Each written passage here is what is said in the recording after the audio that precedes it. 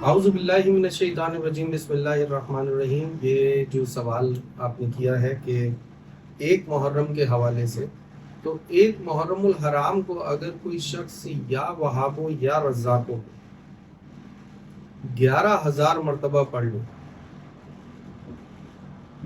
رزق کے لیے کسی قسم کی رزق پر بندش ہے،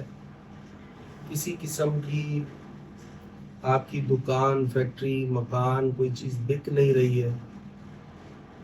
اللہ تعالیٰ کی یہ دو اسم اگر 11,000 مرتبہ یکم محرم کے عصر سے پہلے پڑھ لیے جائیں اول آخر درود شریف کے ساتھ،